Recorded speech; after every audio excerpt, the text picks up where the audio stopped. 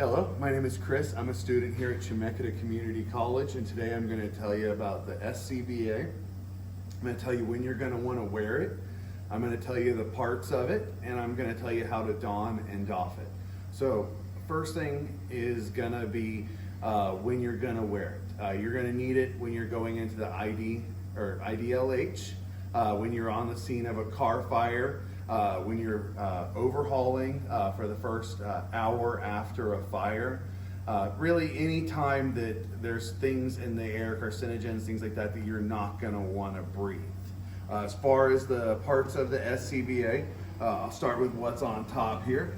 You have the air cylinder that is removed with the clip here, as well as the quick connect. This is the main valve right here. And then we have a gauge on it to give you the pressure. As far as that gauge goes, when you are either checking or you're grabbing a bottle, you're gonna wanna make sure this is over 4,000 PSI. Get it clipped back in here.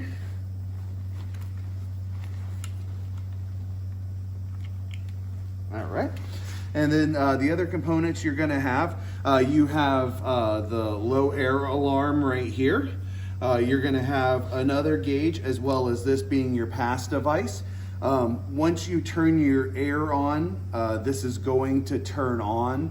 And if you do not move, this is gonna start to sound an alarm to alert people that something has happened to you. So when you're around and you're not doing anything yet, you're gonna wanna shake this. And then as far as other components goes, on the other side here, you have your regulator. I'm gonna show you how that connects into the mask, as well as the bypass valve right here. And then you got a speaker on the shoulder straps right here. That's basically gonna run through the main components here. As far as putting it on, when you go to put it on your back, you're gonna wanna say clear behind. You're also gonna wanna announce what pressure you're at as well. You're gonna wanna get it over your shoulders. Once you have it over your shoulders, I find it easier if I connect the center strap now. And then you're gonna wanna pull these tight. You're gonna wanna put it around the waist, clip it, get that good and tight. Now that it's on here, this is when I'm just doing it just to put it on. But traditionally, you're gonna do this while you're inside the engine on your way to the fire. The packs will be clipped into the seat, and you're gonna be putting these straps on while you're sitting in the seat. When you do get out, that's when you're gonna wanna tighten this down, make sure it's secured really good to you.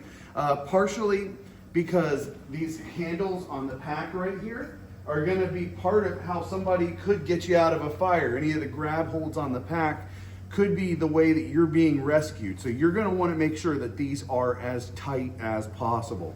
As far as the rest of your equipment goes, you're gonna put your mask on next, and you're gonna wanna make sure this is really tight as well.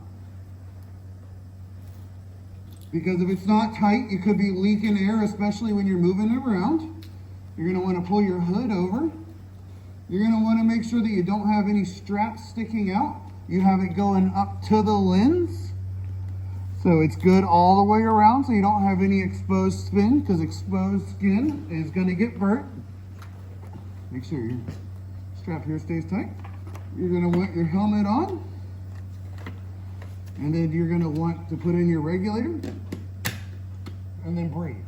I don't have air currently on, but if you had your air on, you would get a gasp of air. Actually, I'll do that real quick. And now you're breathing on air. Make sure your chin strap is good and tight. All right. And then when you're done, you're gonna turn the bottle off, and then clip that back to your waist.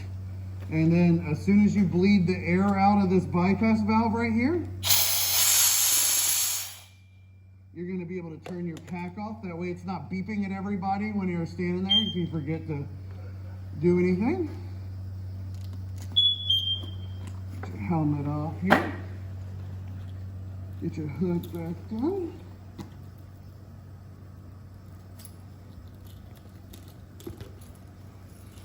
All right, and you can usually either clip this if you're going to be wearing your pack for a while, or on your turnouts, there'll be a spot where it's really nice and convenient to be able to clip that onto.